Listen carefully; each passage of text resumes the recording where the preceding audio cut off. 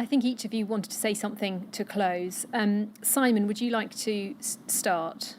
Yes, thank you very much. I just prepared something because I had several thoughts on this, but I will be very brief. And it answers your question originally, Sarah, in relation to my fairly negative conclusion. And thank you for giving me the chance to say something. I was critical of the progress of government in the conclusion of my campaign statement. I highlighted the obfuscations, strategies of delay, verbal assurances, endless meetings and correspondences, which encouraged me to wait patiently while the big cogs of government and the bureaucracy of government ground slowly. But time doesn't wait while process animates itself. Throughout this period of frustration and stress, people were and are despairing and dying. Lives were and are deteriorating. Uncovering the facts about personal harm and injury is a painstaking process. This process is greatly magnified when it is a question of how government deals with the health and well-being of those of us who innocently and haplessly trusted the state to care for us. Both medical and government bureaucratic decisions have turned the infected and affected blood community into victims. We trusted our health practitioners and we ended up as victims.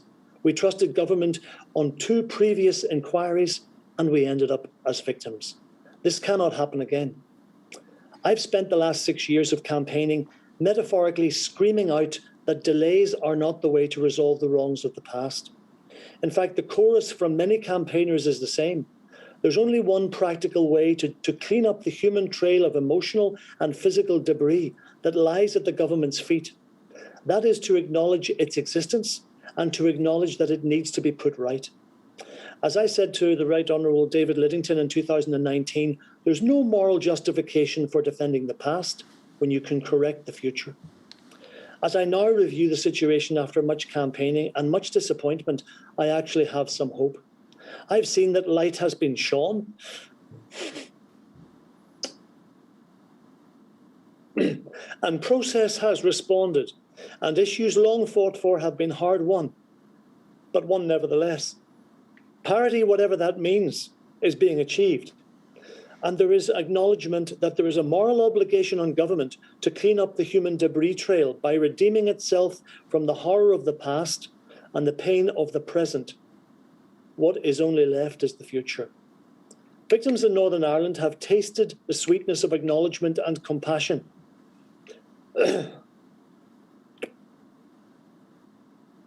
Only because we have a health minister in Robin Swan who accepted that he should address what others have failed to do. And in so doing, he has proven that when government accepts its moral responsibility, it fulfills its duty to its citizens. What we need is what we have always needed: central government acknowledging its responsibility and acting swiftly, as you once, Sir Brian, requested.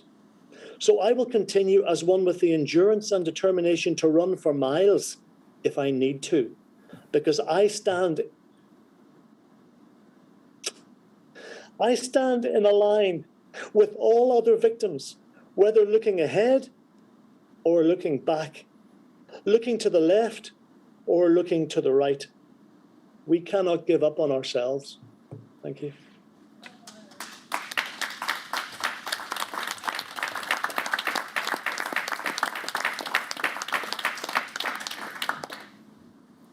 Lynne. Excuse me.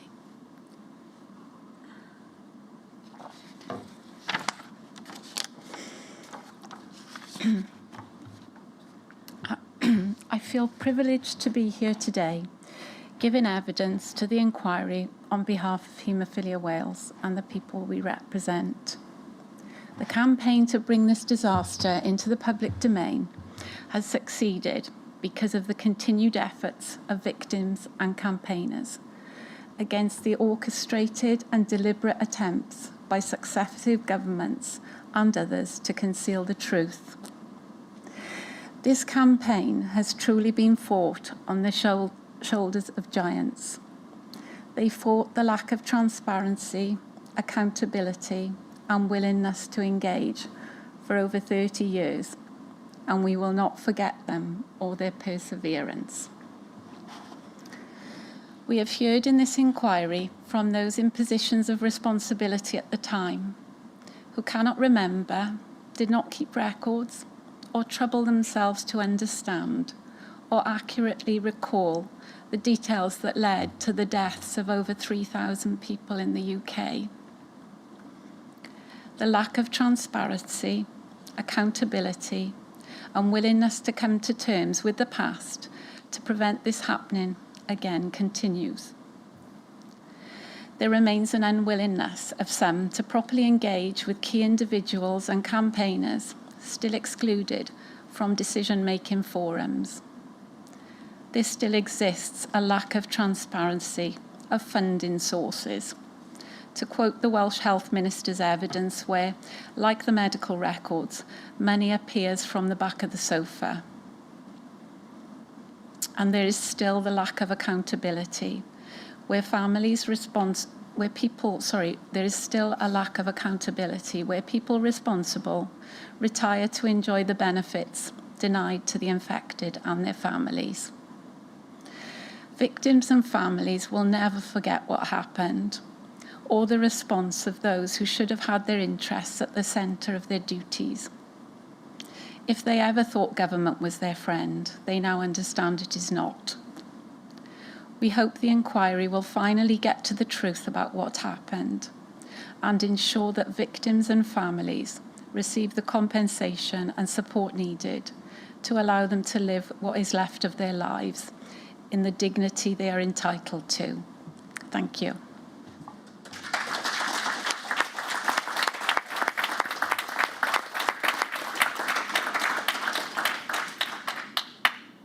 Bill. I've got a great big long list of wants. Duty on documents I've talked about, duty of candour. Pharmaceutical hazard fund. In other words, we stop nationalising the losses while pharmaceuticals make vast profits in the cases where people have been the subject of trials. There's an ongoing situation in Scotland with regard to Patient Safety Commissioner, and I remain, and I really do hope that the inquiry can look at what happened in public health terms here, because to me there was a public health disaster and the public health officials were nowhere to be seen throughout this process. So they were the missing bit of the jigsaw that previous inquiries simply haven't looked at. However, I'd like to bring this much closer to home for me. When we met on Saturday, I was chairing a meeting joint meeting of the Scottish Infected Blood Forum and Haemophilia Scotland. I said, folks, how are you all feeling about this? And the message came over, we're exhausted, we're weary, but my God, we're resolute. After that,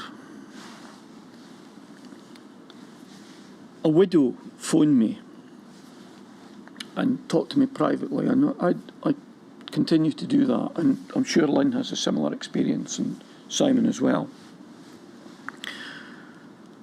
She was really struggling because what was important to her was the need to be believed. She felt that all her power had been removed, and because of that removal of power and not being believed, she felt the need to be able to trust. The thing she really wanted was to be able to trust again.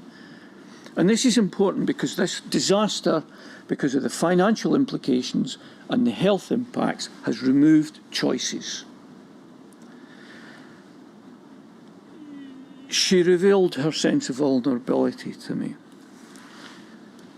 And we've talked about nothing about us without us, and I hope that we may look at this process in the future. But I go back to how I got involved in all of this. And Robert on Tuesday talked about some names, some first names. And for me, the equivalent names are John and Pat, Philip, brothers Dave and Ian, and also another John. But then there were the men, and they are largely men, there are some women, but there were the men who were the husbands and the fathers that I never met. Dave, Davy, Peter, Tom, Billy, I'm sorry to the widows whose names I've not included, because the list goes on and on. And finally, the wee boys. We need to have a memorial. Bruce talked about it yesterday, I agree, and Robert illustrated what can be done thanks to the Birchgrove group. We need to mark this in time. And yes, we must provide for people, but we must never, ever forget. And one of the main ambitions I have in Scotland, we have in Scotland, and these people who do these things that raise money for this memorial keep us going. They're a tremendous inspiration. So it's for those people that I think we need to continue to act and to continue to be resolute. Thank you.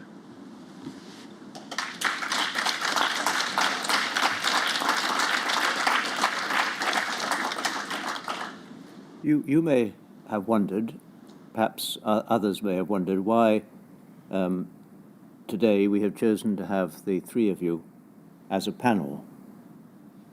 I think those who are listening will be left in no doubt that in your very different ways you have expressed much of the same feelings, given much of the same evidence, though with regional variations as appropriate to devolution.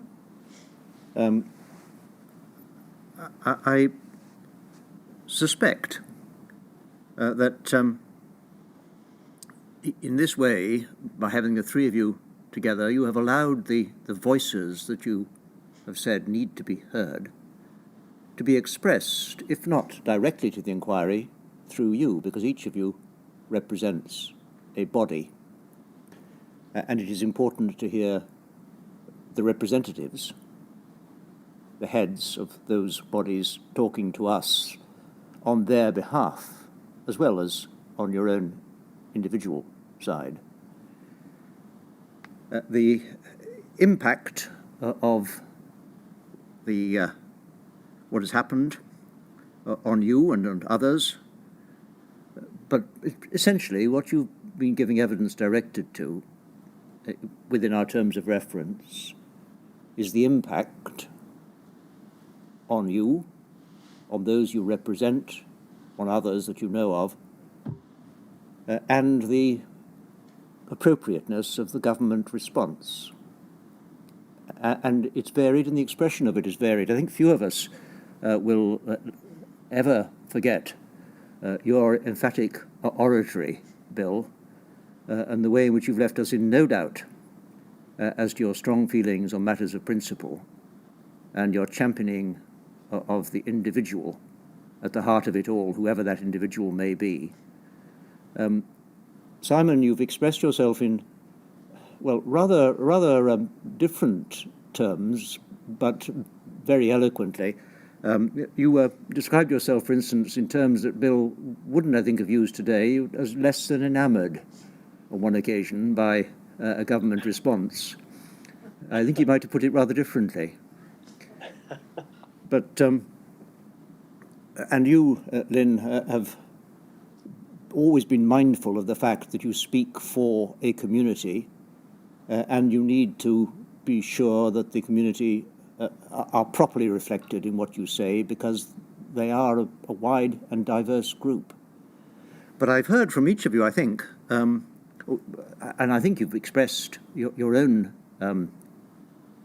campaigning, if I can call it that, to use a word Bill doesn't like, in terms of you've shown us that it's rather quieter, perhaps, in the evidence you've given than Bill, but there is, I've seen a steely determination running through your persistence in asking questions and waiting for the answers.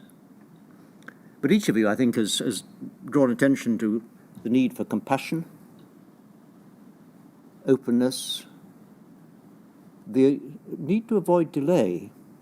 On that, by the way, if I can just say I'm sorry that because of the need to avoid delay, which you've each touched on repeatedly, that there may have been pressures put upon you by the inquiry to respond. It's inevitable, and is one of the reasons I thank you for being prepared to give up your time, not simply in being here today, which goodness knows that's enough of an effort, particularly from Scotland these days, and not being as well as you might be, but also preparation beforehand, which takes a lot of effort, and it's been, I hope, worthwhile for you, which it has for us. But also, I think you've expressed a collective sense of having been wronged and a collective desire for accountability and for a continuing voice.